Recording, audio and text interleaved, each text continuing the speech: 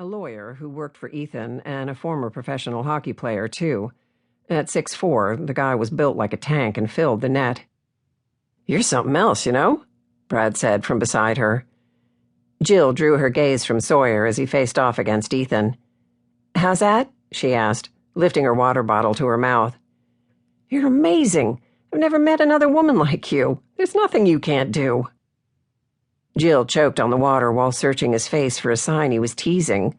She kind of hoped he was, because if he wasn't, that meant he was interested in her. And she didn't want him to be interested. She didn't want to reject him if he asked her out. Rejection sucked on any level. And he was a nice guy, even if they did end up competing for Gage's job. Plus, they worked together. "I can't cook. Well, I guess I could if I had to, but I don't like to. And I can be a bitch, just ask Suze." He laughed. He had a nice laugh. "You forget I work with you, too.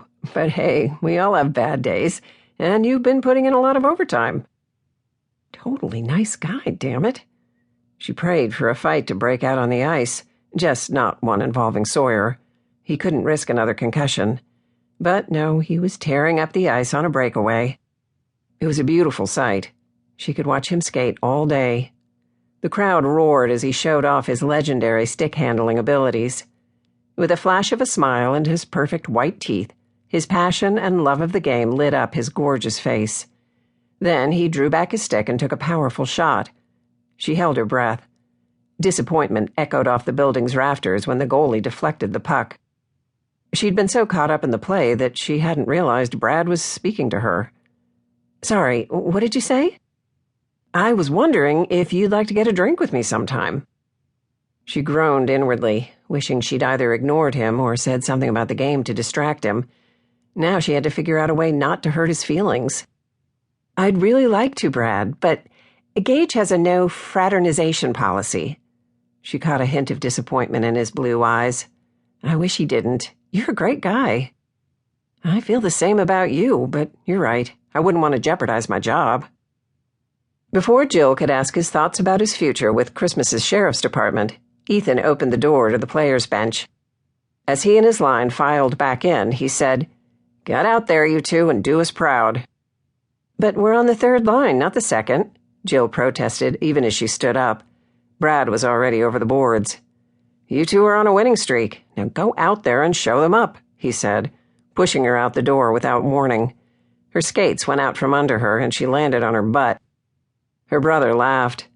"You want to play with the big boys, shortstop? You got to get rid of the girly skates."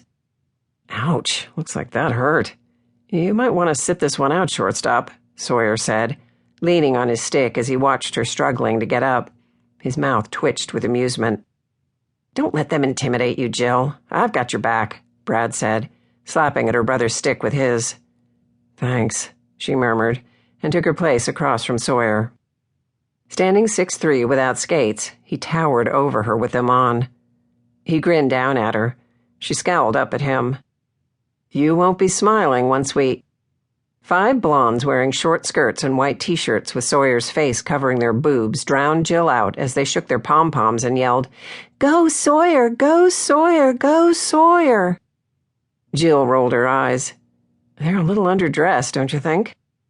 He glanced at them and lifted a padded shoulder. "It's May. Arena's warm." Seeing him look their way, the women cheered louder and shook their pom-poms harder. Sawyer gave them a sexy smile and waved. On top of Jackson Sawyer's teasing, the women and his flirty response set off Jill's temper. She was going to beat them, and she was going to beat them bad. "Ref, you should be calling him for delay of game," she said to the kid with the puck in his hand. It was Trent Dawson, one of Sawyer's star players and his manager's son. Sawyer laughed.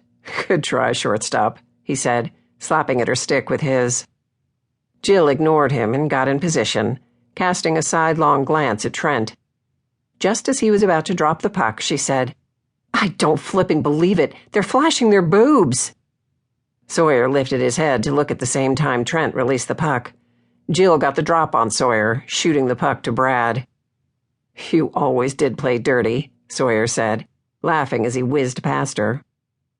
Within seconds, he'd wrested the puck from Brad and was heading back into their end with breathtaking speed.